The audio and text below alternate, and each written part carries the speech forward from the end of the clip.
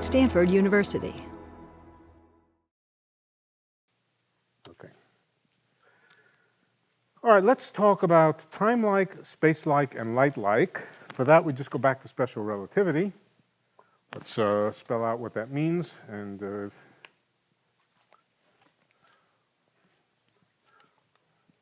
special relativity is a metric. We've discussed this metric many times. We call it proper time. D tau squared is the square of the proper time of some little interval. And as you remember, it's the t squared minus the x squared minus the y squared minus the z squared. And if we want to put the speed of light in, sometimes I'll put the speed of light in. The reason I put the speed of light in sometimes is to keep track of what's small and what's big under certain circumstances. For example, if you want to go to the non-relativistic limit, the limit where everything is moving slowly, then it's good to put back the speed of light because it keeps track in that case of the fact that the speed of light is much bigger than any other velocities in the problem. So let me put it in for the moment. I'll put it in and take it out under various circumstances. It goes in like that, 1 over c squared. And if d tau squared is greater than 0, if d tau squared is greater than 0, now of course the square of a real number is always greater than 0, but d tau squared is not defined by being the square of a real number. It's defined by this combination over here, and it can be positive or negative, depending on whether the x squared plus the y squared plus the z squared is bigger than dt squared or smaller than dt squared. I said the x squared plus the y squared plus the z squared, but I meant the x squared over c squared plus the y squared over c squared and so forth. But in any case, if the tau squared is greater than 0, then the little element here is said to be time-like. It's got more time than it has space, so to speak. This part is bigger than this part, and that can be described in terms of a light cone. Remember the light cone? The light cone looks like that. And the boundaries of the light cone, the cone itself, are the places where dt squared, let's, for the moment, I don't want the c squares there. Dt squared equals dx squared plus dy squared plus dz squared. That's called light-like. If dt squared is bigger than dx squared plus dy squared plus dz squared, it means the little vector lies in the interior of the cone, like that. It could also be lying in the backward direction. In either case, a little interval or a vector, let's speak about a vector in general. A vector in general is time-like if its time component is bigger than the sums of the squares of the space components. Okay, that's time-like. Space-like is exactly the opposite. It's dt squared, d tau squared less than 0. And in that case, we usually define another quantity, ds squared, which is just the negative of d tau squared. And it, by definition, is dx squared plus dy squared plus dz squared minus dt squared.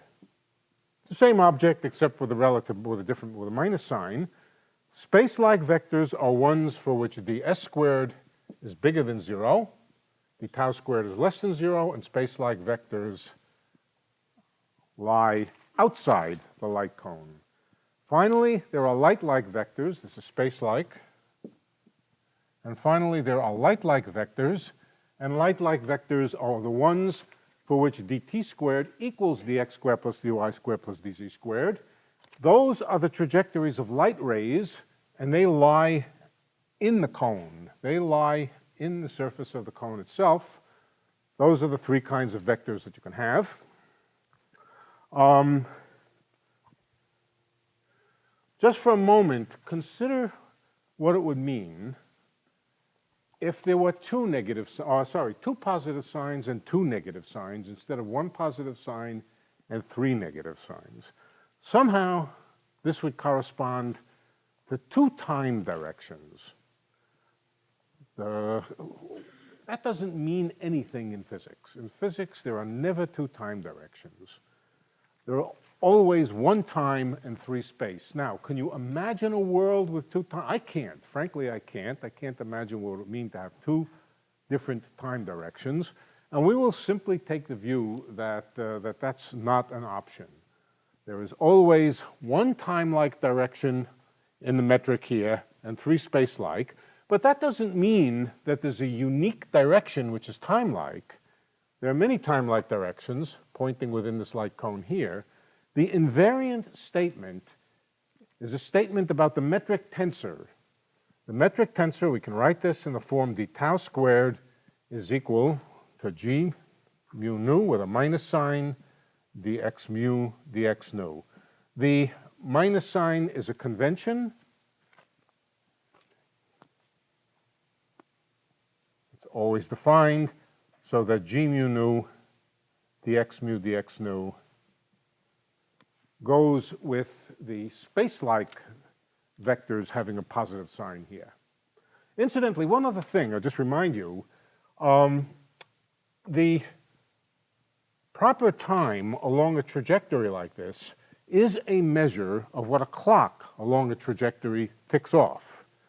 Proper time is a kind of time. It's the time read off by a moving clock. Proper distance, ds squared, proper distance along a space-like surface is distance measured by a meter stick. Right? So proper distance ds squared, or the square root of ds squared, really is a distance, and proper time really is a time, and keep that in mind. Okay, so this is our definition of the metric, and for the case here that we've written, the metric can be written in terms of a matrix, and let's see, the matrix is minus 1, 0, 0, 0, 0, 1, 0, 0, 0, 0, 1, 0, 0, 0, 0, 1. It's called eta mu nu. It's like the Kronecker delta, except it has a minus sign. Okay, this thing has obviously three positive eigenvalues. It's a matrix. It has three positive eigenvalues and one negative eigenvalue. And that's the invariant story. That's the story, not that there's only one time direction, but that there is one negative eigenvalue here. And a metric which would have two negative eigenvalues or three negative eigenvalues would have more than one time, and we just don't even think about that. That's something that's physics does not seem to have made use of, two negative times. Okay, so that's space-like, time-like, light-like, and so forth.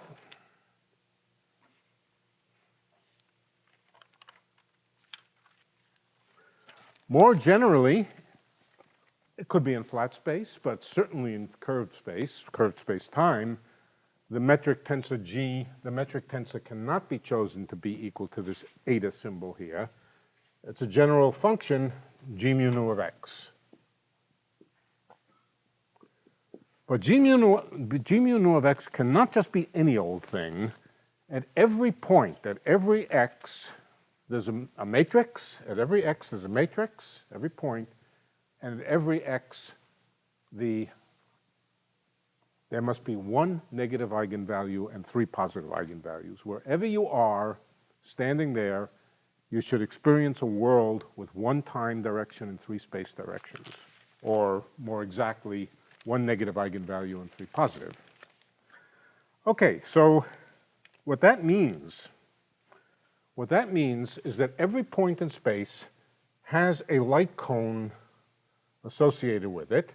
Now I'm drawing it sort of tipped and tilted. That reflects the fact that the coordinates themselves might be wavy and curved and so forth. Right. So as you move around, because the coordinates and also the metric tensor might be varying from place to place, the light cone might have an apparent tendency to look different in different places. But that is just because as you move around in space, the metric tensor may change from place to place, and the coordinates change from place to place. All right, so at every point, there's a light cone. There's a notion of time-like vectors inside the light cone, space-like vectors outside the light cone, and light-like, the motion of light rays along the edge or the cone itself. The cone is the surface. When you have an ice cream cone, the ice cream on the inside is not part of the cone. The cone is the surface itself, the shell. Okay.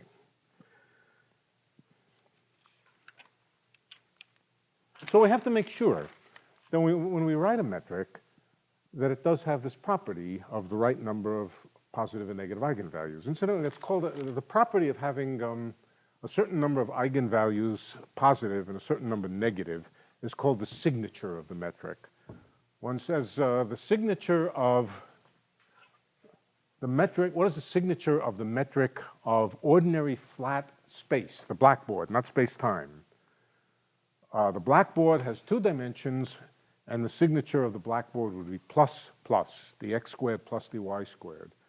The signature of Minkowski space, special relativity, is minus plus plus,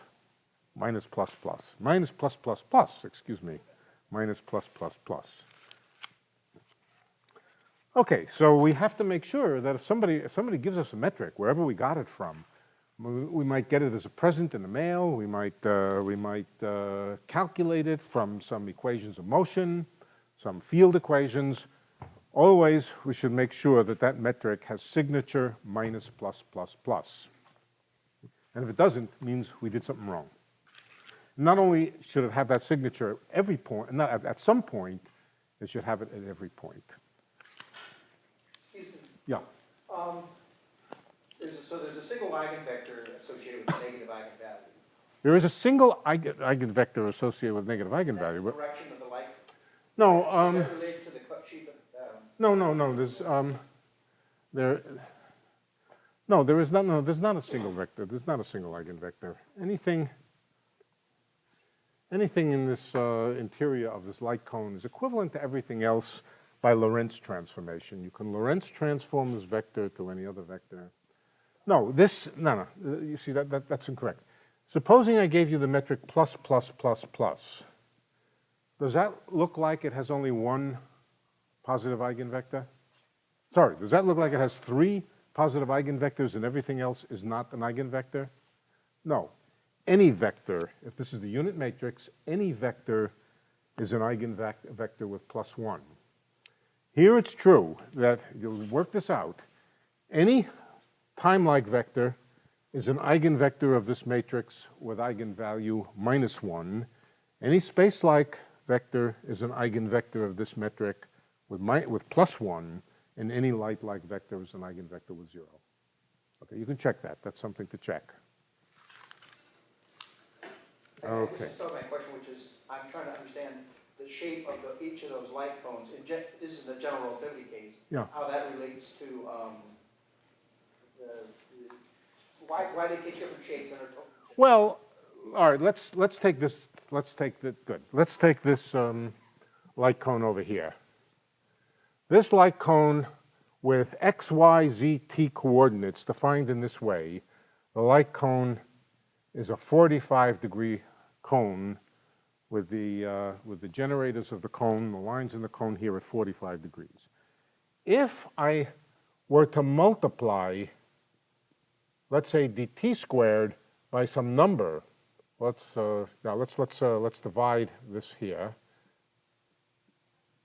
Now, it's the same space. It's exactly the same space. It just corresponds to changing the x coordinate from x to x divided by c. Okay?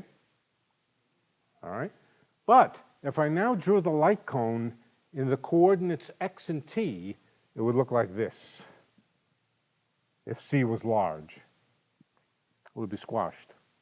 That's just reflecting the fact that light moves with the speed of light, and so if c is large, light moves a long way in those coordinates. Same space, Have not changed the space, just changed the coordinates. But by changing the coordinates, I can squash the light cone. I can even tilt the light cone. I can do all sorts of things to those light cones. It does not reflect a real change in the geometry. All right, now since we have just arbitrary coordinates that we're dealing with here, we could, for example, have this speed of light here depend on position. If it depended on position, it wouldn't change. We could have it depend on position. Then the metric would have some funny position dependence, and the metric, as you moved from one place to another, would go from looking this way to looking that way. So it's a pure coordinate issue, whether it looks one way or the other. But the invariant statement is that there are space-like vectors, time-like vectors, light-like vectors, and the boundary between the space-like vectors and the light-like vectors is a cone. One comment? I think the previous question actually was valid. I think there is only one direction of eigenvector for time. And the space-like eigenvector is a 3D space, but time would be just one. But No. I think the key point here is that that eigenvector is not a tensor. It transforms under Lorentz transformation. It transforms under Lorentz transformation. Let's see. Yeah. Yeah. Yeah. I didn't want to get into it. You're right. But let's come back to it. Let's come back to it. I want to get through to the metric of a black hole today, and I didn't want to spend it all on this. Let's come back to it. One negative eigenvalue, 3 positive eigenvalues. This metric transforms under Lorentz transformations into itself. It transforms under Lorentz transformations into itself. So if I do a Lorentz transformation, we come back to exactly the same metric, and that's the important issue here. All right, I told you what the rule for a geodesic was last time or time before. It's that the covariant derivative of the tangent vector is 0. As you move along, it moves parallel to itself. I'm going to give you a different definition tonight, which in many ways is more useful. But let me first write down the original definition. D second x mu by d tau squared. That's the tangent vector is dx mu d tau. This is the derivative of the tangent vector along some curve, and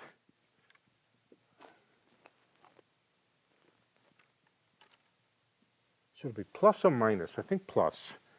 Mu sigma rho dx sigma d tau dx rho by d tau.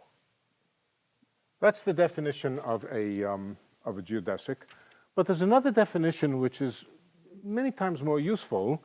It's the analog of the definition of a geodesic in ordinary space. In ordinary space, it's the shortest distance between 2 points, or better yet, stationary distance between 2 points. Stationary distance between 2 points defines a geodesic. And so another way of writing this is to say we extremalize or we make minimum, let's take the case of ordinary space, ordinary blackboard or a curved version of the blackboard. We calculate the distance between 2 points. We're interested in the geodesic connecting those 2 points. The geodesic connecting those 2 points, calculate a curve, take a curve, and calculate its distance. What is its distance? Its distance in ordinary space would be, for each little element of it, we have ds squared equals g, let's say mn, dxm, dxn. Now I'm talking about space and not space-time. We'll come back to space-time in a moment.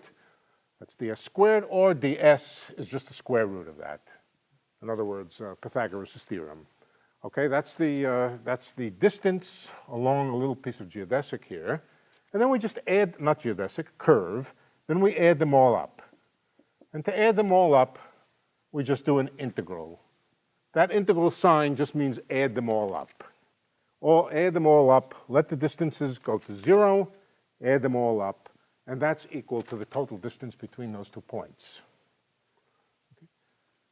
The rule is to make that as small as possible, to make it extremal. We learned when we studied classical mechanics how to do that.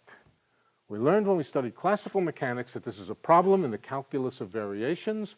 It's a problem analogous to minimizing the action for a particle. In other words, we could think of this as the action for some kind of particle moving between here and here, and then extremalize this, or make it stationary, is the rule for calculating the geodesic. What kind of equations do we use? This g mu nu is a function of x here, of course. What is the equation called that is the equation that tells you how to minimize a thing like this?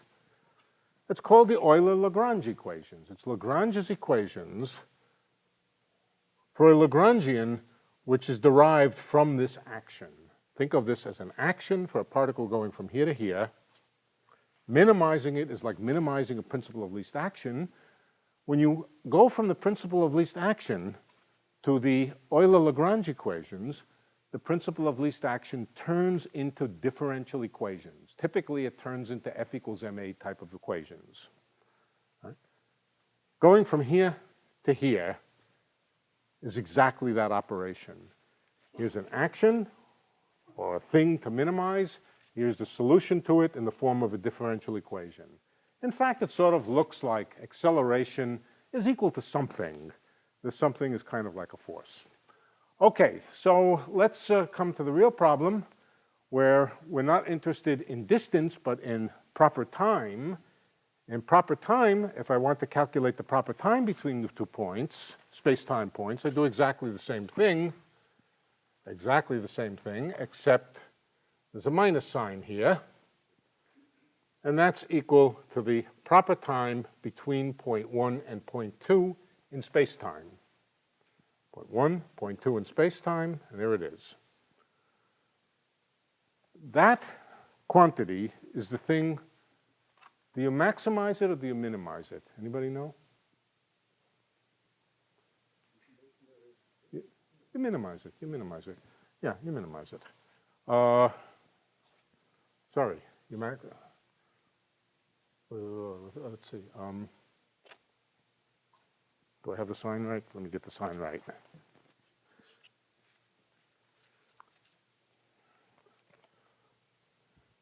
Yes. Okay.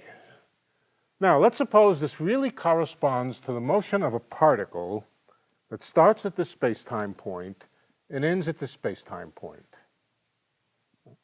The action depends on one more quantity. It depends on the mass, and the actual action, the actual action is equal to minus the mass times the proper time between the points. This is definition. This is definition. The mass, putting the mass in there, we'll find out is important for thinking about energy and so forth, but the minus sign is strictly definition. You'll see where it comes in as we go along. Minus the mass times this thing here, and in fact, the action I think is typically, yeah, it's minimized. It's minimized. Typically minimized for a particle moving on a trajectory. Okay, what do we do with this thing? This thing is a completely unrecognizable object. You're probably saying to yourself, first of all, not only do I not know how to calculate, to deal with it, to do anything with it, I don't even really understand what it means. What does it mean to have a square root of something times dx, an integral? The kind of things we usually understand as integrals have a d something, one d something and a function, right? Some function and a d. It could be a dt, could be a d time, but normally we don't see funny things like this with square roots of dx. All right, so this is easy to explain. Let's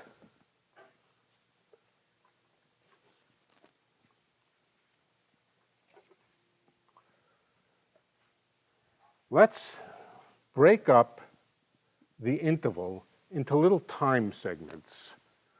Little time segments, delta t. Okay. And let's divide here each one of the, or dt.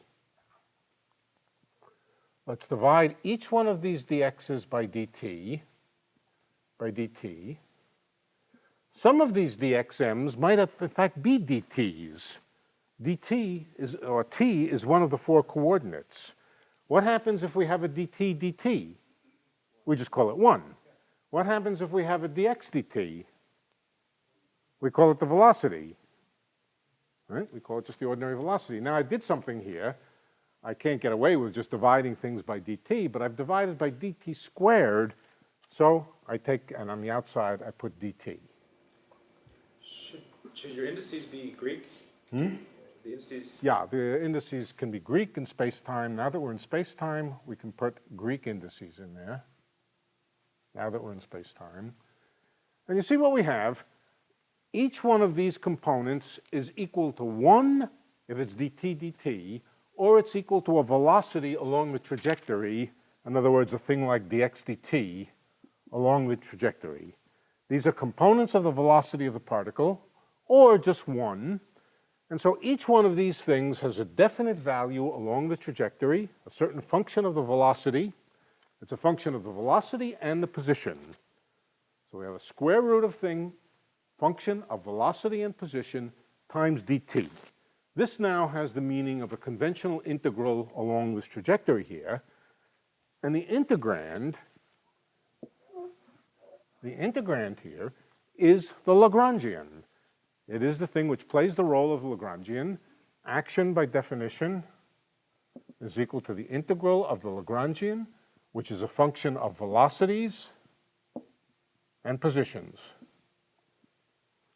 All right, so we return to a problem that we saw all quarter, what was it, last quarter? 2 quarters ago. 2 quarters ago, the problem of classical mechanics, how to calculate an equation of motion from an action.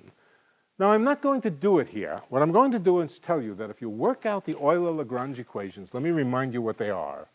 The Lagrangian is by definition now minus m square root of minus g mu nu of x dx mu by d tau dt dx nu by dt. Oh, incidentally, is the thing inside the square root?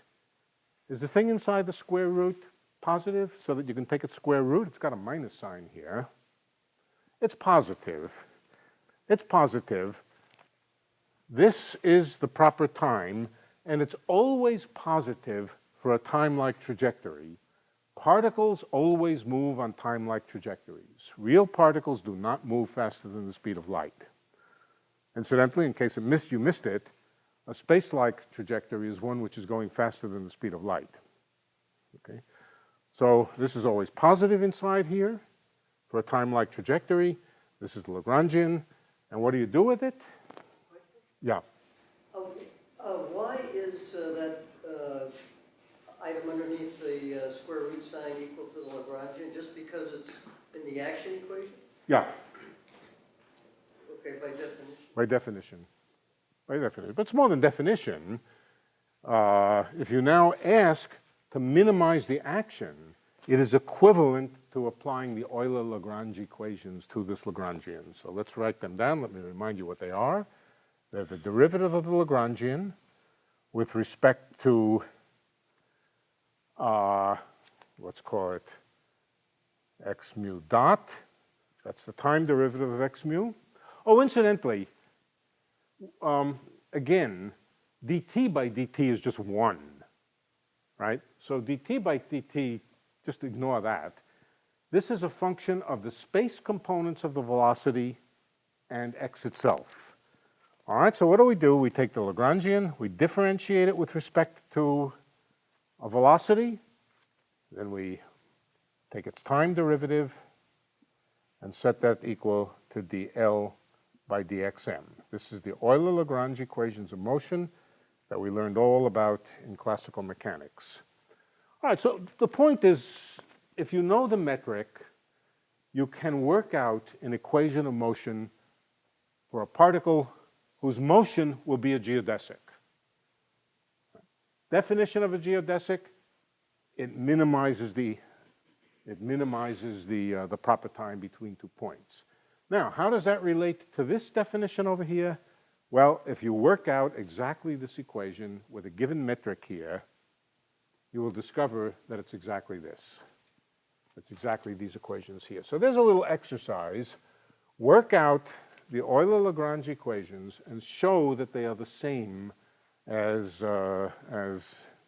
requiring the trajectory to satisfy this equation here. It is generally true that this is a much easier thing to work with, and we're going to do it tonight. We're going to work out some equations of motion for particles in a particular metric. We'll work it out and see how it works. And the metric will be everybody's favorite metric, the Schwarzschild metric.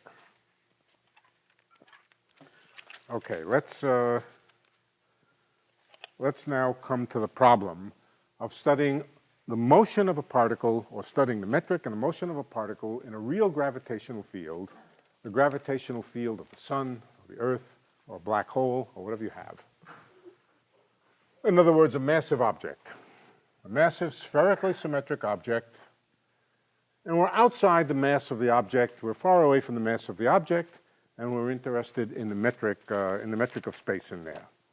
Okay, so the first, I'm going to write a formula, and then we're going to check and see that this formula really, for a metric, really does make sense in the sense that it would give rise, using these equations of motion, it would give rise to something that looks very, very familiar, namely Newton's equations for a particle moving in a gravitational field. Okay? At least when you're far away from the gravitating object where the gravitation is fairly weak. All right, so here's going to be the metric we're going to write down. Let's first start with flat space-time. That's just going to have dt squared minus 1 over c squared dx squared, and now dx squared stands for dx squared plus dy squared plus dz squared. Right. So I won't write them all down. Now, that would be flat space, and we expect that as we go very, very far from the gravitating object, that the space-time looks flat if we go far away. Right. But now we know that the gravitating object does something to space-time, and so this shouldn't be exactly right.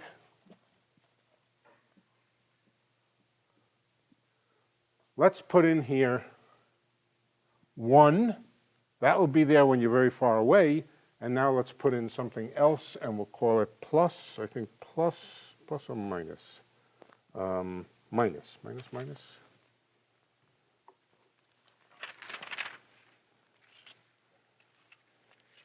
Now 1 plus twice u of position, u is a function of position, divided by c squared, times dt squared, and leave everything else alone for the moment. Don't change anything else. 1 plus 2u, and I'll tell you what u is right now. It's the gravitational potential due to this object. Let's check that as long as our particles are moving slowly, that the geodesic equation here, the Lagrangian equation of motion, just becomes Newton's equation for a particle moving in a gravitational potential u of x. All right, let's see what we get. We have a Lagrangian, and now we can write out what it is. It's minus m times the square root. Okay, let's go back to this form over here. Minus 1 plus 2u over c squared dt squared. And then I think plus 1 over c squared dx squared plus dy squared plus dz squared and so forth. Let's just call it x squared, dx squared. Okay, that's no, sorry, the action. The action is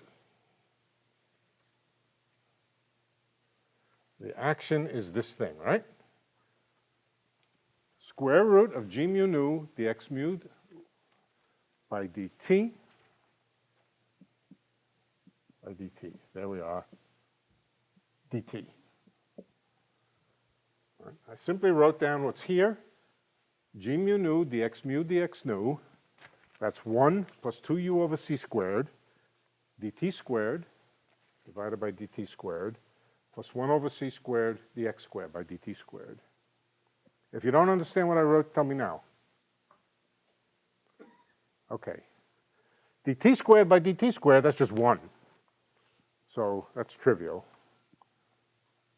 And dx squared by dt squared, we can just call that x dot squared. There are 3 of them, and we have to add them. X dot squared plus y dot squared plus z dot squared in there. That's our action. Now, next step. Let's work out, no, before we work it out, let's approximate it. Let's approximate it. We could work this out as it is, but what I'm interested in is very slow motion. I'm interested in very slow motion, and because I'm interested in slow motion because I want to show that this really does give rise to Newton's equations in the non-relativistic limit. The non-relativistic limit is one in which c is taken to be very large. Now, I could just erase anything with a 1 over c squared in it, but boy, I would kill everything then, right? I would kill everything.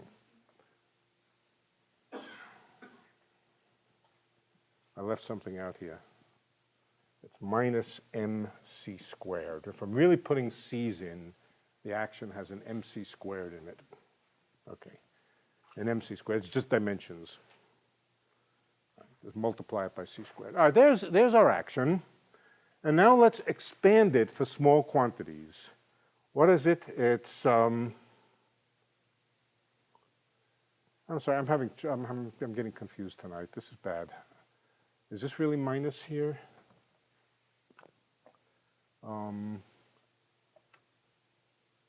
No, it's plus. And this is minus. Now it's correct. Now it's correct. Okay, what do you do with a thing like this if you want to approximate it when c is large? Well, you write the thing inside the square root as 1 plus something small. Something small has a 1 over c squared in it. And then what is it? It's 2u minus x dot squared times minus mc squared. Then you use the binomial expansion. Use the binomial expansion. Square root of 1 plus a small quantity is just 1 plus a half the small quantity.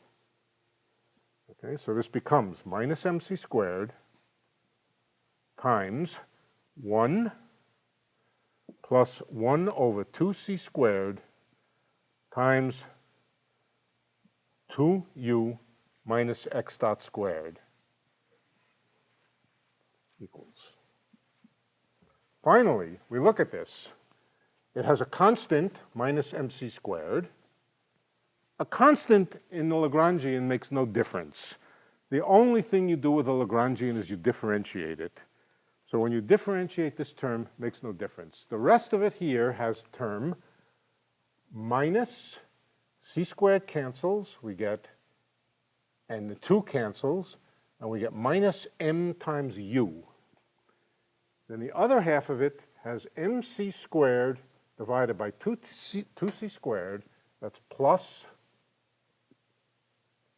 m over 2 x dot squared. That's the Lagrangian if you expand it out to small quantities in the non-relativistic limit.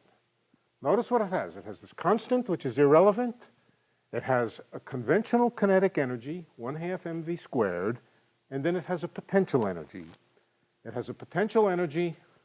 This is just a function of x.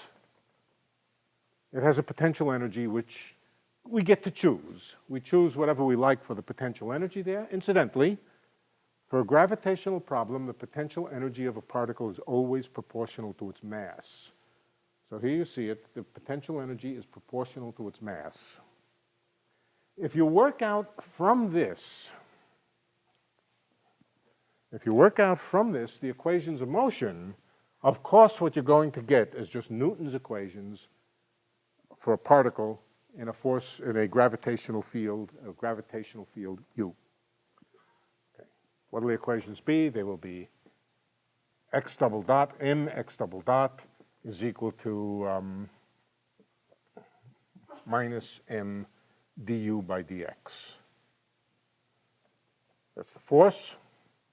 Here's the acceleration, and the mass cancels.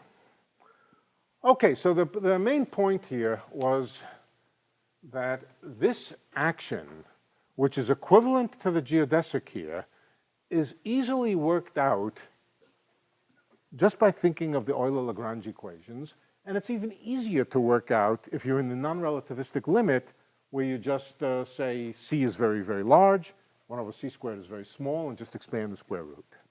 All right, so that's a nice, easy thing to see. But the important point there is that what we learned out of this is that for some first approximation, small quantities, g naught naught minus g naught naught is approximately, perhaps exactly, equal to 1 plus twice the gravitational potential divided by c squared. All right, so here's what we've learned. We've learned that the metric, now of course there may be additional things in here which are even smaller than 1 over c squared. If, for example, there were 1 over c fourth or 1 over c sixth or anything like that in any of these terms here, they would not be important in this non-relativistic limit. So we can't say with complete confidence that g naught naught is 1 plus twice the potential energy of a particle divided by c squared, but we can say that must be true to the first order in small quantities. Small quantities means 1 over c squared. All right, so let's write that down now. Let's write down what we know. Let me rewrite it again. But what I want to do is for u, we will put the mass of the sun is at the center, the mass of the sun divided by the distance to the sun times Newton's constant with a minus sign. This is the standard gravitational potential energy, the mass of the gravitating object, g, divided by the distance away, u of x. And now we can write down our first guess at the metric of space-time surrounding a gravitational mass. Here it is, d tau squared, the leading order, is equal to 1 minus 2mg over r c squared. The c squared is from here. There's a 2 mg over r c squared d tau squared, dt squared minus dx squared minus dy squared minus dz squared. That's d tau squared.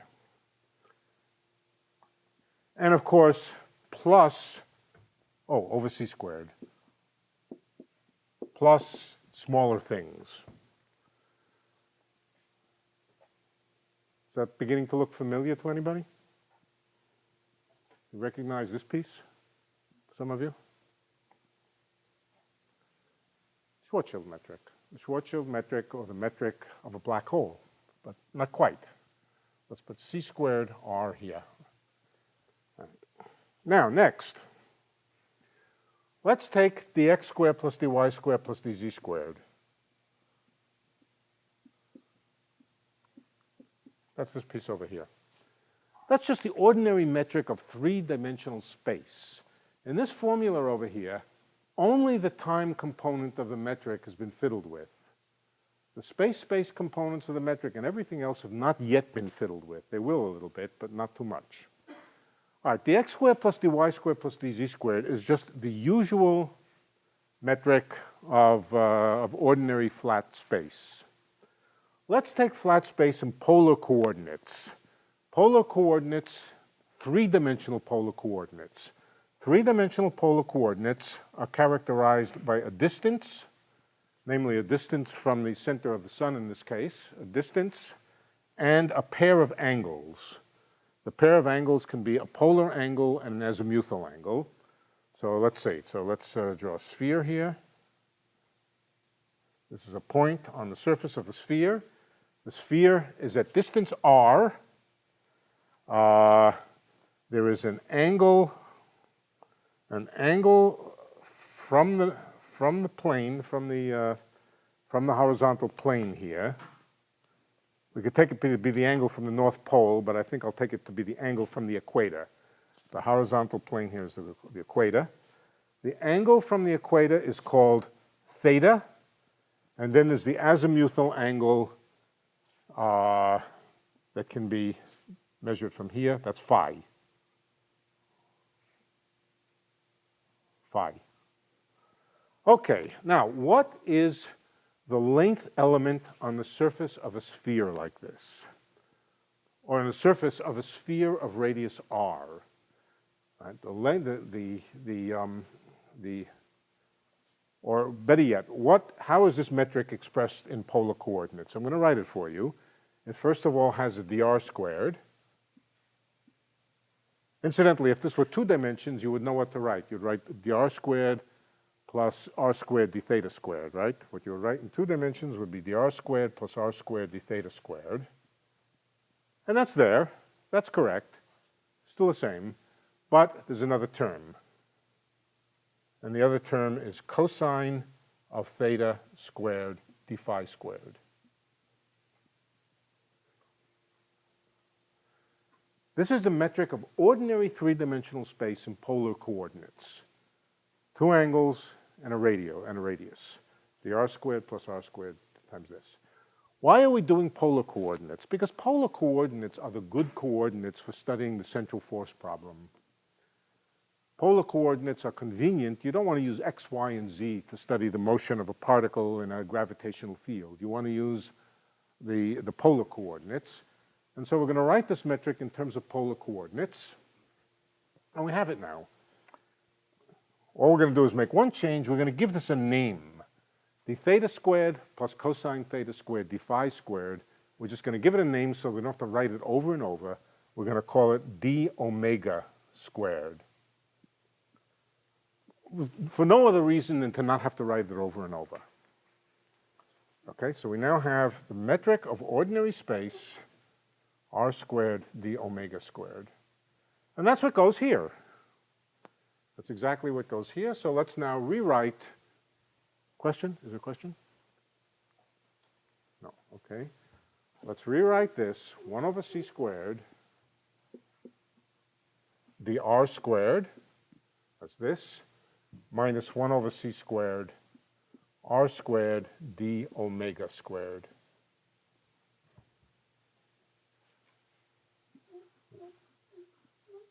And just keep in mind, r is just radial distance, nothing special. This complex thing here is just metric on the surface of the sphere. If you keep r fixed and you move around in angle, this gives you the contribution to the metric from moving in angle. Now,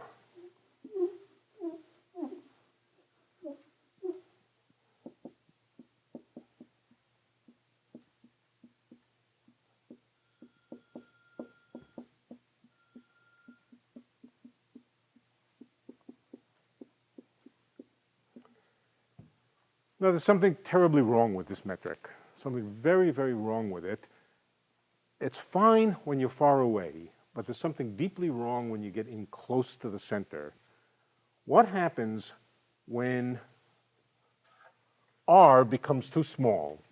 When r becomes too small, not 0, but when r is positive but small. When r becomes small, this becomes large. 1 minus a large number becomes negative. This coefficient becomes negative. These coefficients are also negative. What happens to the metric when you move in too close to the center? It has four positive eigenvalues, or rather four positive eigenvalues instead of one negative eigenvalue and three positive eigenvalues. When you move in too close, this quantity changes sign. Where does it change sign? It changes sign when R is equal to 2mg over c squared. In fact, there's a nicer way to write this. Let's write it a different way. Let's write it as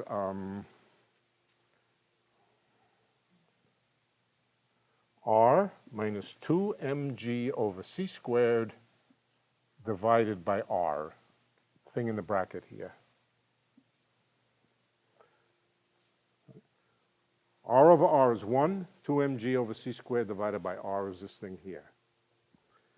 Notice what happens when R gets smaller than 2mg over c squared. 2mg over c squared is just some number, positive number. Okay? It's some particular characteristic radius of the black hole. It's the Schwarzschild radius. At some point when R moves in toward the center, this changes sign, becomes negative. What happens is the sign here becomes exactly the same as the signs here, all negative. The meaning of that is we've somehow passed into a region where there are four space directions and no time direction. That's bad. That's bad. That's something we don't want. Right? That's not a good thing. What really happens if you study the field equations of general relativity, which we're going to do, we'll do this, but for the time being, let me just tell you what the right answer is. The right answer is at the point where this changes sign, this one also, there's nothing here yet. I haven't given you anything to put here, just 1 over c squared. But we're going to put something else here that has the property that when this one changes sign, this one also changes sign. So what happens? This one turns into a space direction, but this one turns into a time direction. The signature of the metric is maintained. 1 time-like direction and 3 space-like directions. So what can we put here to make this flip sign in the same way that this flip sign? Well, you could put in 1 minus 2mg over c squared r in front of the dr squared. So when this one changed sign, this one changed sign. That turns out not quite to be the right thing that Einstein's field equations tell you to do. Einstein's field equations give a slightly different, well, it's a substantially different answer, but let's see what it says. It's 1 minus 2mg over c squared r dt squared, okay, minus, now, it's 1 divided by 1 minus 2mg over c squared r dr squared,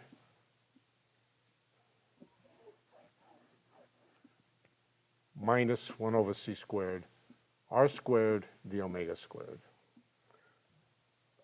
All right, so when we got to the point, as you move in closer than the Schwarzschild radius, this changes sign, but so does this.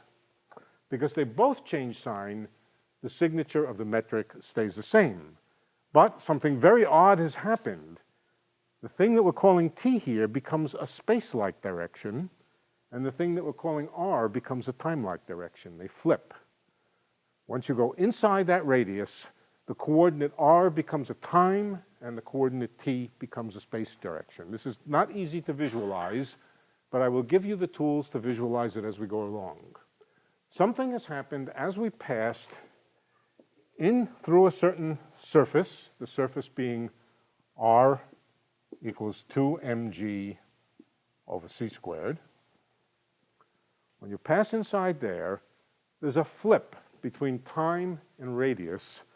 Radius becomes time, or becomes a time variable, and time becomes a space variable.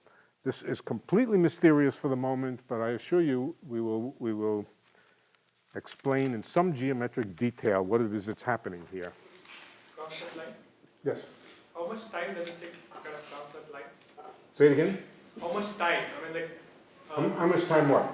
to cross that line. Right. So there's two things. One is the Yeah. That's what we're going to do. We're going to do that. We're going to do that problem. We're going to see that to cross that line, it takes an infinite amount of coordinate time, but a finite amount of proper time. So somebody falling with a particle with a clock in their hand will say it takes a finite amount of time to cross that line there. Okay? Somebody watching from the outside, watching that person fall through, will say it takes an infinite amount of time. That's a characteristic of this metric, and that's one of the things we want to work out tonight. Question. Yeah. What was the motivation for changing the coefficient on dr squared? The motivation for changing the coefficient is to make sure that the metric stays with a signature plus minus minus plus plus plus. Okay? If this one changes sign, something has to give with one of the other ones, and the natural candidate is the R here that flips its sign. Okay. Now, first of all, think about where this is happening.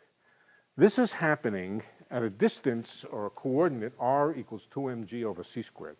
C is a huge number. Right? C is a huge number, and it's in the denominator. This is a small distance. This is a small distance, but it's a small distance that depends on the mass. It's a small distance that depends on the mass. For the Earth, this distance would be about a centimeter. Okay? So we don't have to worry about it in thinking about the gravitation of the Earth. Question? What happens to the clock? It was ticking in a time direction. Is it ticking in a space direction now? No. Or is it not ticking? Or? No, it's ticking in a time direction. Clocks don't care about what coordinates you use. We're going to discover that this is an artifact of particular coordinates. There's nothing going on special at this point. We're going to discover that this is just awkward coordinates that make it look like something as funny is happening here. A switch of space and time. There's nothing funny happening there, and we're going to work out and see exactly why. But for the moment, it does look like there's something going on, c squared r. It does look like there's something going on when this thing vanishes. When this thing vanishes here, this thing becomes infinite. It looks like some terrible thing is happening to the geometry. In fact, the geometry is completely smooth over here, nothing special happening. The light cone is perfectly healthy in all regions in here, nothing funny going on, but we have to work harder to see it. This was the form that Schwarzschild derived, I'll tell you the history. Einstein wrote down some field equations, Schwarzschild, and what Einstein knew about them is he basically knew this piece here, and he knew some, there's one thing that's important here, which I neglected to say.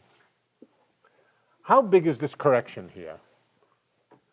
Well, if I want to estimate how big this correction is in the non-relativistic limit, I want C to be very, very large. If C is very large, then I should expand this 1 over a small quantity. This is a very small quantity, 2mg over c squared r. Right? And so this is approximately equal to 1 plus 2mg over c squared r plus corrections. If you take 1 over 1 minus x, 1 over 1 minus x is equal to 1 plus x squared plus x cubed, dot, dot, dot, dot, dot. That's the binomial expansion. And so the first correction, if I write 1 over 1 minus 2mg over r, is 1 plus the small quantity. The next contribution is 2mg over c squared r squared. This is typically small if you're not too close to the center of the thing. If you're at a reasonable distance away, so that 2mg over rc squared is very small, the next terms are even smaller and smaller and smaller. Notice they're order 1 over c to the 4th, 1 over c to the 6th, 1 over c to the 8th. So what we're doing here is we're modifying this term here also with corrections which are very small.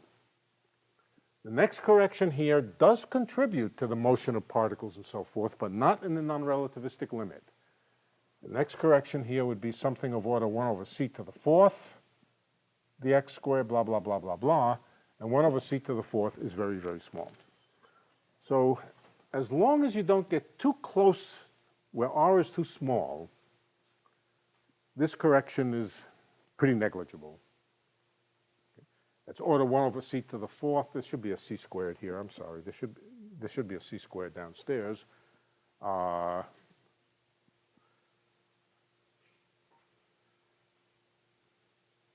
Yeah, even this term is small. Even this term is small because there are 2 c squares. This gets multiplied by another c squared. So even this is small, too small to be important.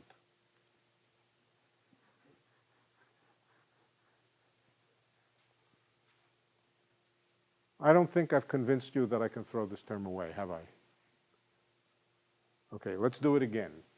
This is 1 plus 2mg over c squared r.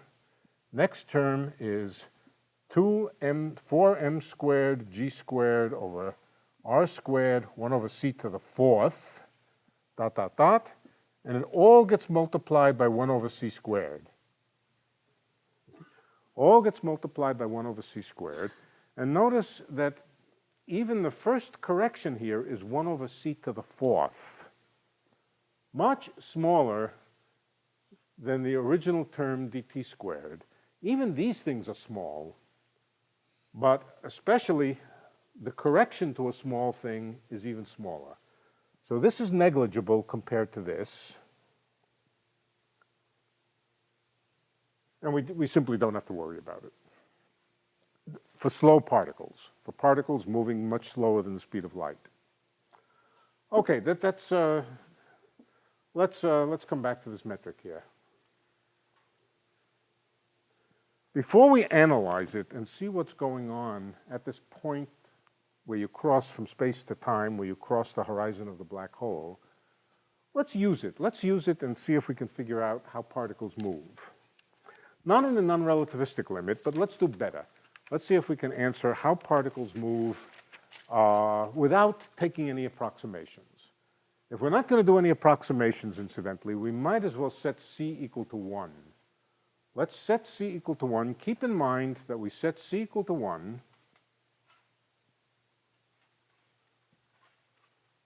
we can set c equal to 1. It's just a choice of units.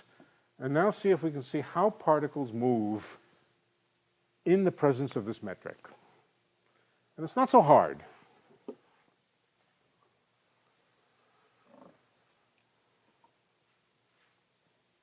We can consider 2 kinds of orbits. 2 kinds of orbits that I want to work out for you, or at least I want to show you how they work. Circular orbits. We'll find a little bit of a surprise about circular orbits.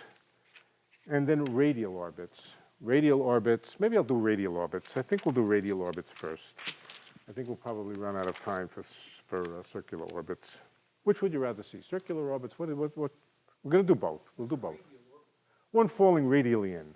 It's not an orbit. It's not an orbit. Right, it's not an orbit. Just a crash. A crash. A crash. Here's our object.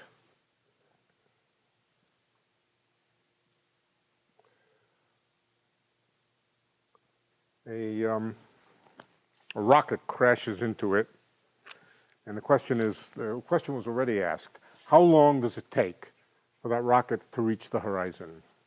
How long does it take for it to reach the horizon?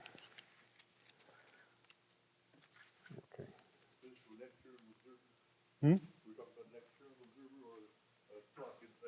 No, we're going to talk now about the external observer. The external observer who uses t for time, whereas somebody falling in the rocket uses tau for time. Okay. Proper time in the rocket, or coordinate time from the outside, somebody watching with their clock.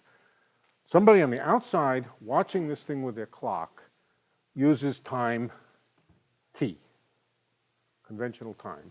Somebody falling in uses proper time. Okay, so we can ask both questions, and they have different answers, very different answers. Okay, now the main point of this is to show you how the things work. So let's go back to the Lagrangian for the infalling part for the particle. Where is it? Let's go back. Incidentally, where you start with any such calculation like this, you start with the Lagrangian for the particle. Then you work out the Euler-Lagrange equations or whatever you need to do with it, and you then solve the equations. There are tricks. There are tricks you can do, and I'm going to show you tricks that allow you to do the problem. Okay, the Lagrangian, yeah, the action is minus m, I'm going to leave the c squared out, we set c equal to 1, times the square root of d tau squared. And the square root of d tau squared, let's write d tau squared over here is equal to, here it is. Oh, here it is right here, d tau squared.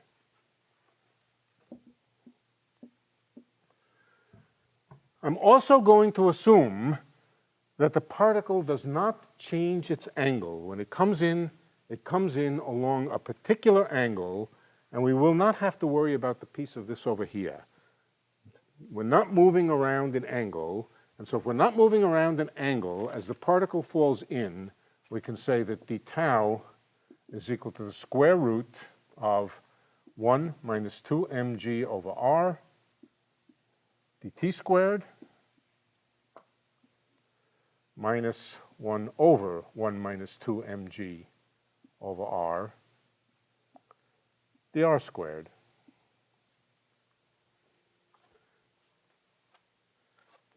Let's put this into here.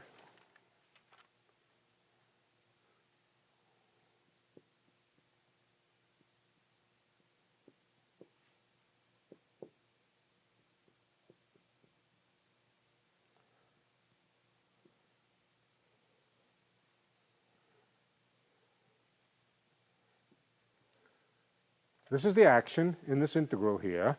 But now to make sense out of it, I'm going to divide by dt squared and multiply by dt. 1 minus this. And now what is this quantity dr by dt squared? That's just the velocity, the radial velocity squared. In other words, r dot squared. So this is r dot squared here.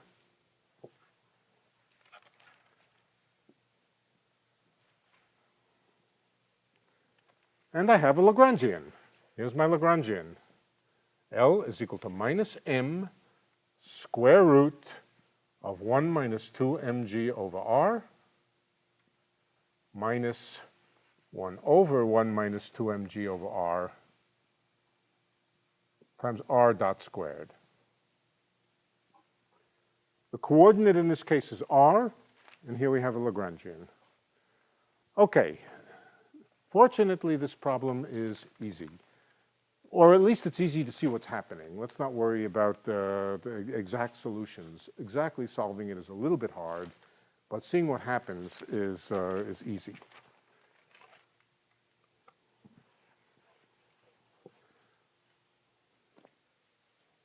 There's always a conserved quantity. What's the conserved quantity that's always there? Energy, right? Energy is always there. What is energy in terms of the Lagrangian? Energy in terms of the Lagrangian is the Hamiltonian. So I'm going to remind you what the Hamiltonian is. The Hamiltonian, the first thing we do is we calculate the momentum conjugate to r. What's the momentum conjugate to r? That's partial of L with respect to r dot. Do you remember that? Partial of L with respect to the velocity is the momentum conjugate to r. And if we work that out, let's see what we get. That's not too hard. The square roots are an annoyance. They're a real annoyance, but they're not so terrible.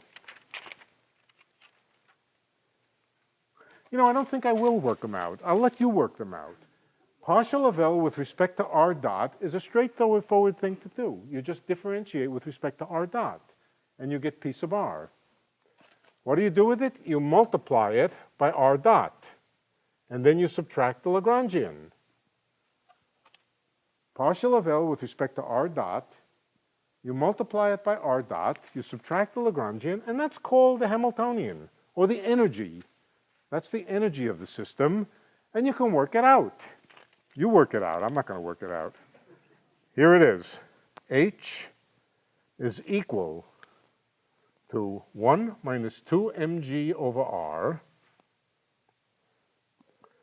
times the mass divided by square root of 1 minus 2 mg over r in brackets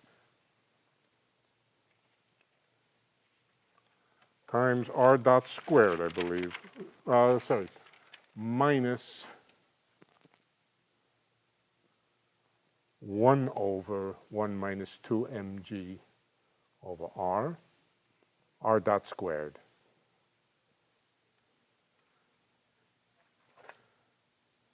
Complicated thing. It's an ugly thing, it's a complicated thing, but it's a definite thing. And what does it depend on? It depends on the velocity. It depends on the velocity, and that's the energy. What do we know about the energy? We know that it's conserved. We know that it's conserved, and so we can write that this is equal to E, and that it doesn't change with time. It does not change with time, okay? Let's see what that says. That tells us that we can solve for r dot. We can find out what r dot is as a function of the energy.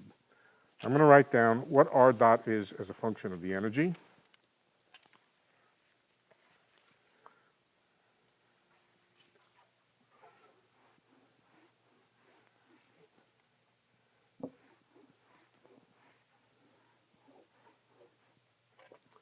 You just solve for r dot. You solve this equation. This is much easier than it looks. You just square it. You square it. You get rid of the square root. You get an e squared on the left-hand side. You get the square of this here.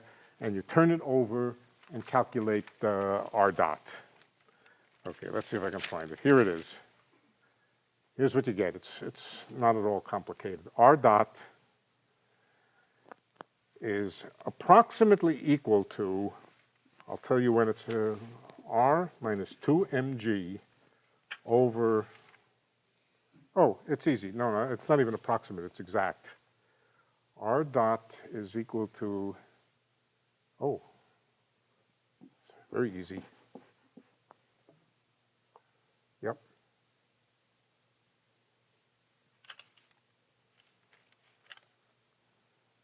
R dot squared is equal to the energy squared times 1 minus 2 mg over r. Oh, what's that?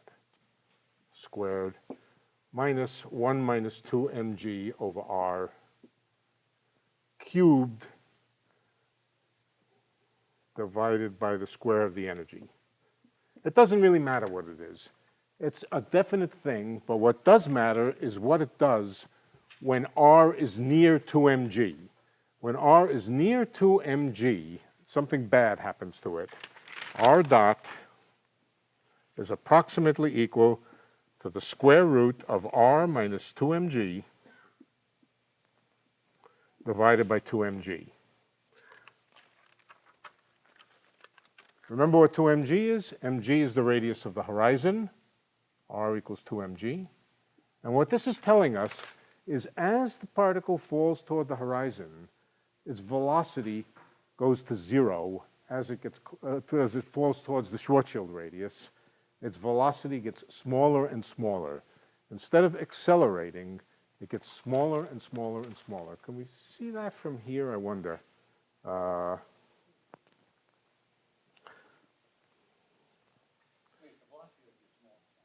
Yeah, the velocity gets smaller and smaller. So gravity is repulsive. No. No. No. 1 minus 2 mg over r goes to 0. Hmm? 0 in the bottom. Okay, so let's see what's going on here.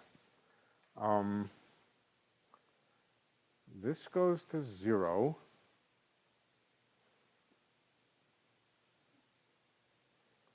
This goes to 0 as r goes to 2mg.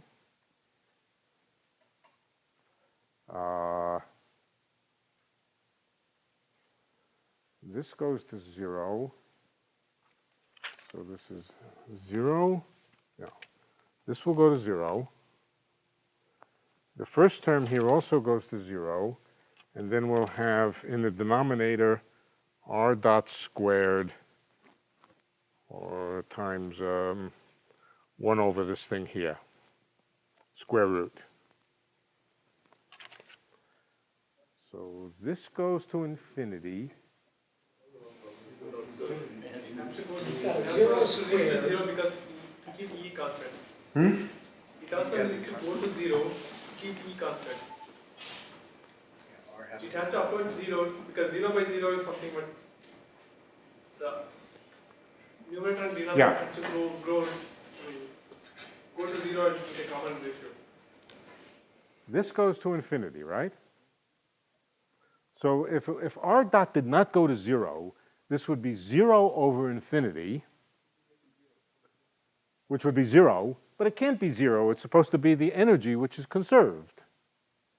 All right, the energy is conserved, and so r dot cannot, sorry, the only way to avoid, to make this be 0 over 0 and make any sense, which would be to have r dot go to 0. But here, this is, you could solve the equation, solve it. Solve for r dot as a function of E and M and everything else, and this is what you get. So as r goes to 2mg, r dot goes to 0. It's a surprise. It's a surprise. You might think the thing accelerates, but instead it slows down and slows down and slows down. Now, can we see why this is? It slows down, gets asymptotically slower and slower and slower, and never passes this point. Never passes that point, just asymptotically approaching it. Takes forever to get to here. Can we see why this is? I wonder, I think we can.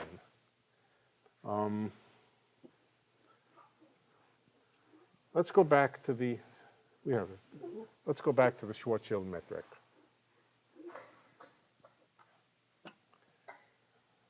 Okay, the Schwarzschild metric is d tau squared is equal to 1 minus 2 mg over r dt squared minus 1 over 1 minus 2 mg over r dr squared. And let's forget the other piece of it. The other piece of it is not playing any role. Now, how does a radial light ray move? A radial light ray, which is moving in, let's say, toward the, or better yet, moving away. Moving away. Let's think about a light ray moving away from the object at distance r. Okay. Either moving away or falling in, it doesn't matter. Falling in or moving away. Okay. What is a light ray? A light ray is a solution to the equation that the interval here, this little distance here, is light-like. Light-like means d tau squared equal to 0. And our original, where is it? Our original light-like means d tau squared is equal to 0. Right. So a light ray satisfies, let's solve this. We're going to set this equal to 0. And that will tell us that dr is equal to dt times 1 minus 2 mg over r. All right, let's do it. We're going to set this equal to 0. Now let's multiply both sides by 1 minus 2 mg over r.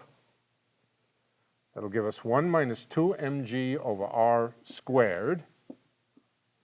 dt squared equals dr squared. Take the square root. And now divide by dt.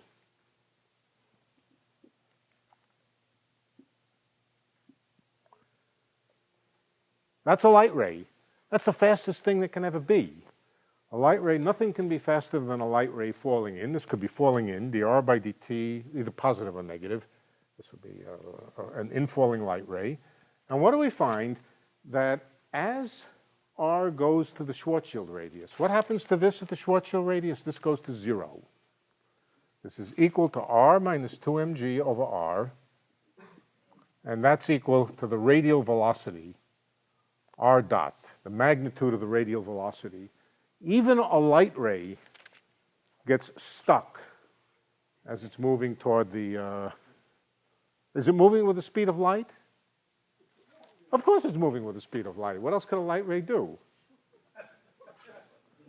But the speed of light has this property that in these coordinates, in this particular set of coordinates, the speed of light goes to 0 as you get closer and closer. So nothing, even including a light ray, can get past this, this surface here, or so it seems. Or so it seems. In fact, that would have been this is a much easier way to think about it, isn't it? It's a, yeah. What about when it's far away? How about when it's far away? When it's far away, this 1 is the most important thing. It's 1. So when it's far away, the r dt is 1. 1 here means the speed of light. As it starts moving in closer and closer, it eventually gets to the point where this goes to 0, and then the r dt simply goes to 0. Something odd happens beyond that point. Okay? Something odd happens beyond that point, and we're going to work that out. Okay, this was the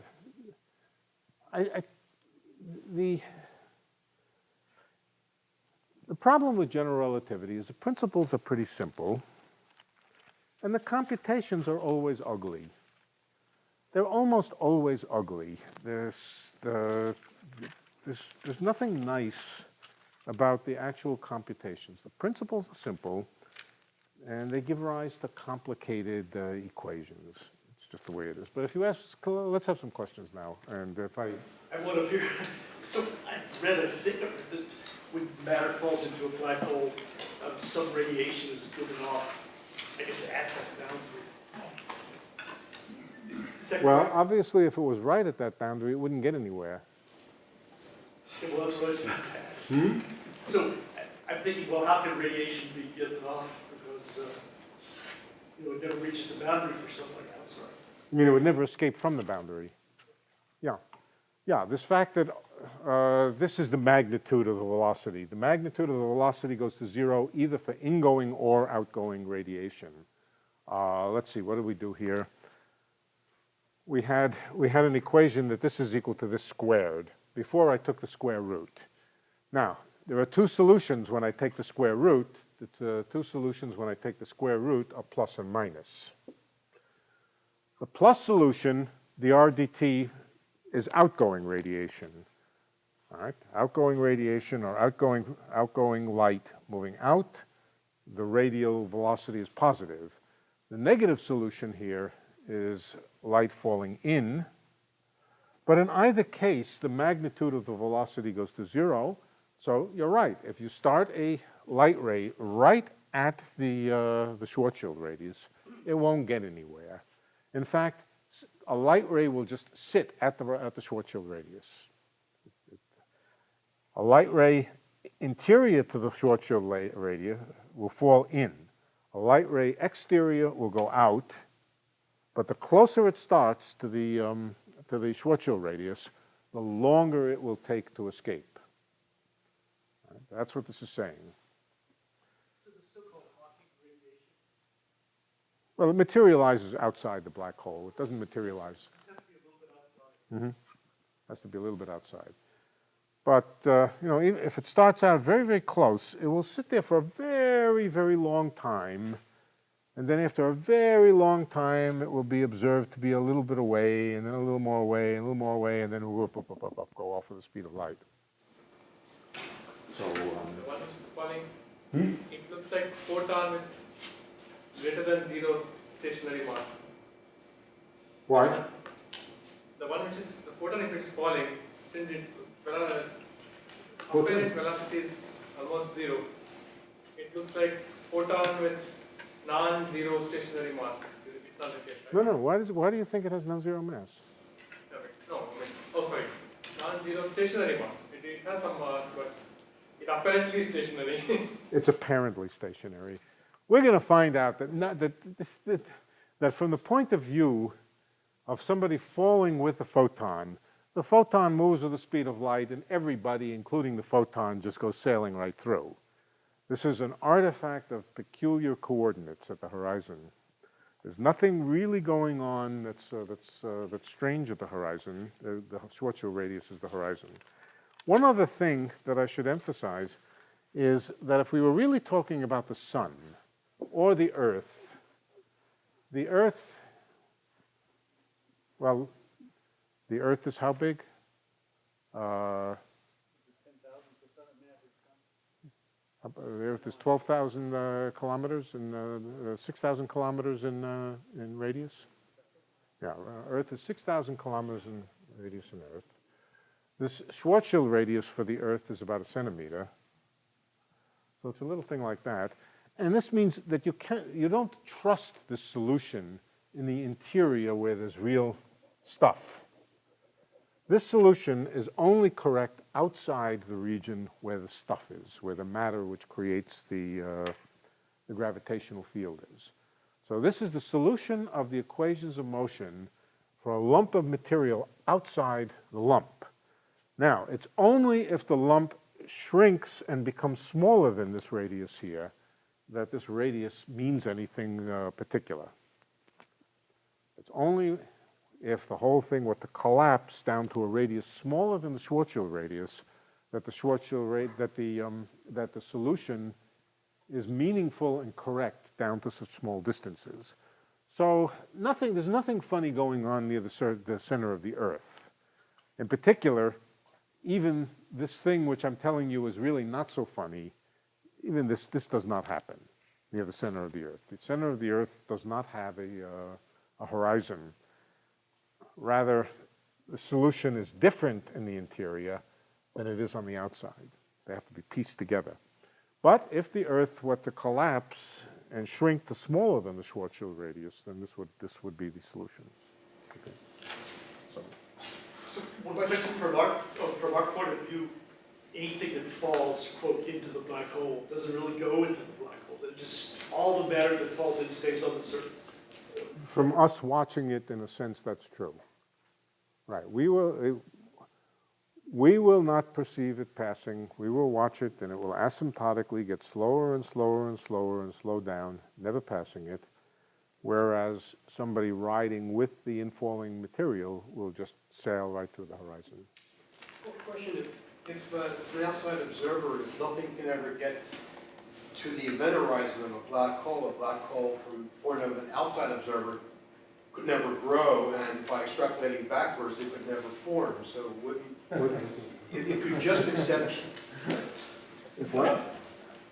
Correct? No, I didn't understand it. Okay. From the perspective of an outside observer, if you accept nothing but these equations, a black hole could never get larger because everything from the perspective of an outside observer would asymptotically approach the event horizon, but never cross it. Yeah. If that's true, a black hole could not grow, and by extrapolating backwards, it couldn't even form. Yeah, well, this is, what you're saying sounds right, but it is wrong. But to understand how it's wrong, you might say that a black hole can never get started. You say, let's start with a little tiny black hole. Yeah.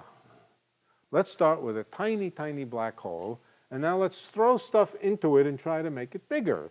That's what people tell us can happen. A tiny black hole can grow. You throw more planets into a black hole, eventually it'll grow from being a solar mass size to being 1 million solar mass size, and so it grows.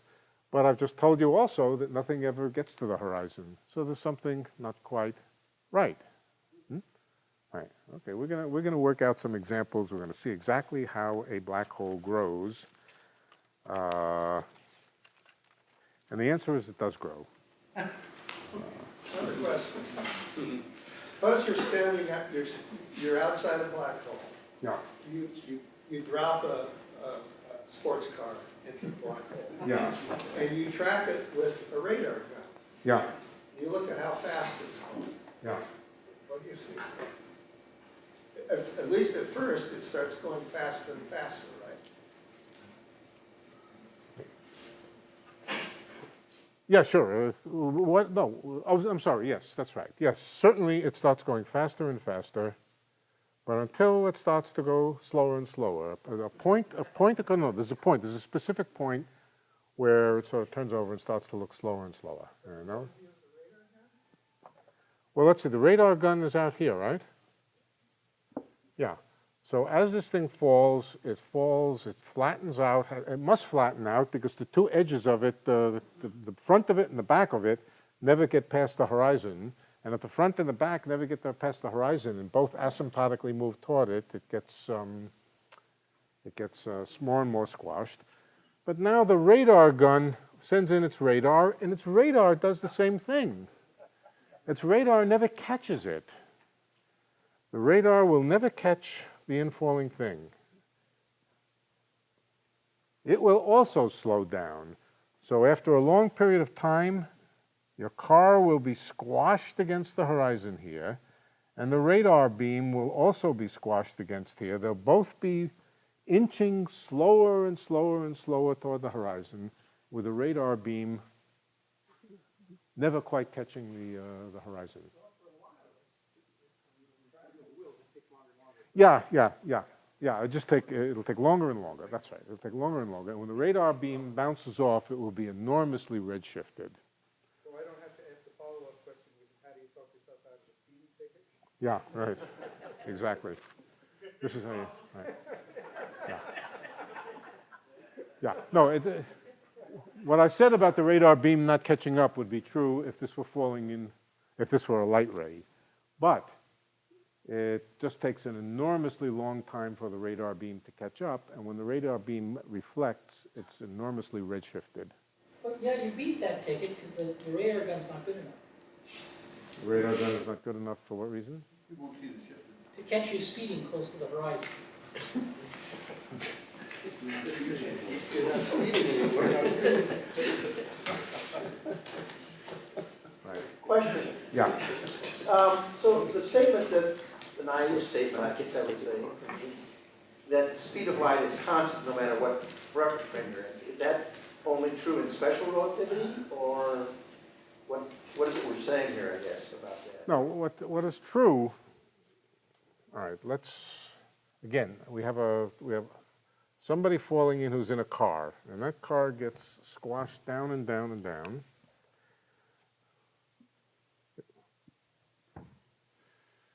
So we could ask the light ray which is crossing that car, as the car falls in, it gets more and more squashed, and at the same time, time slows down. We haven't talked about the slowing down of time. It's in here. Time slows down, meaning to say, when this here's the way to think about it. This quantity is going to zero. When this quantity goes to zero, a given amount of dt corresponds to a smaller and smaller and smaller proper time in the car. So we'll get to it, we'll work all this out, but what does happen is the light ray, when you take into account how the clocks behave and how the meter sticks behave and everything, the person in the car will see light go from the back of the car to the front of the car with the speed of light. The time, the clocks, and the meter sticks and everything will expand, contract, whatever they have to do, and in that car, following with the car, the light will go from the back to the front in exactly the amount of time that it's supposed to go. So that's not going to change.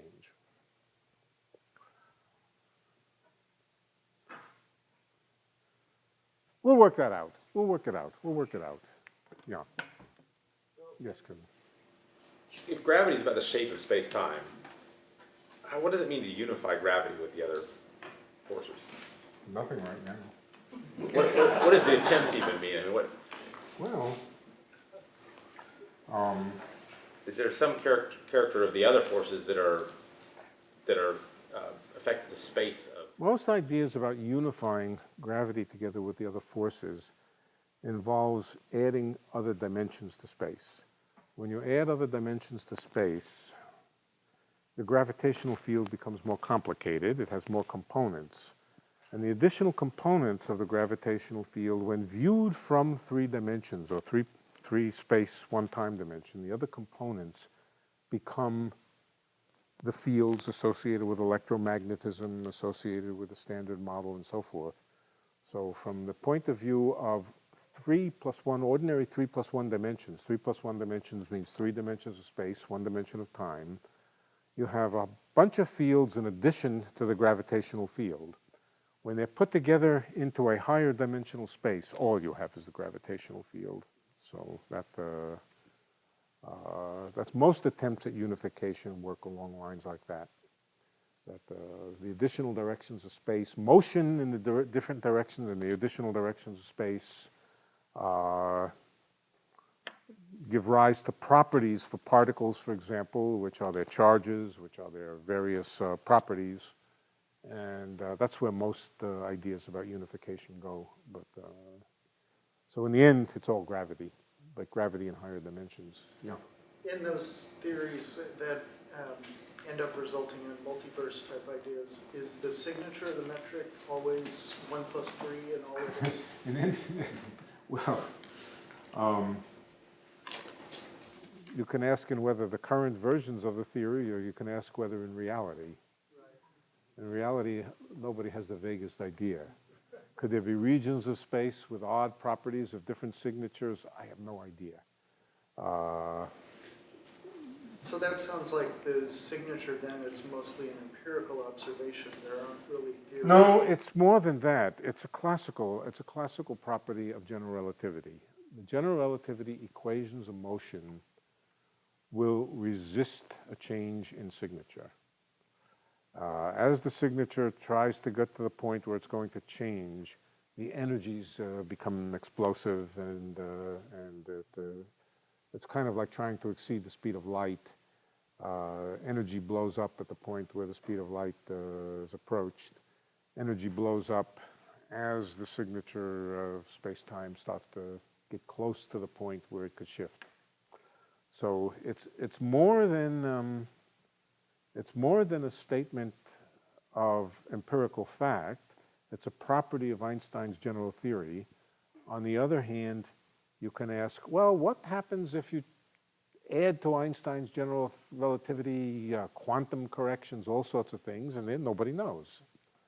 Thus far, nothing anybody has ever seen in any version of quantum gravity, string theory, anything else has ever led to a change in the signature. Does that mean it doesn't happen somewhere? I don't know. I think that's way beyond us, really beyond us. Certainly beyond me right now. I'm about in, yeah. From a humanist interest standpoint, I read that Schwarzschild was on the front lines of World War I when he worked out those equations. Do you have any insight into, I mean, given that they're so complicated, how could someone do that? What kind of background do you have? Well, your guess is as good as mine. I mean, he was said to be an astronomer, but he was obviously a pretty sophisticated mathematician.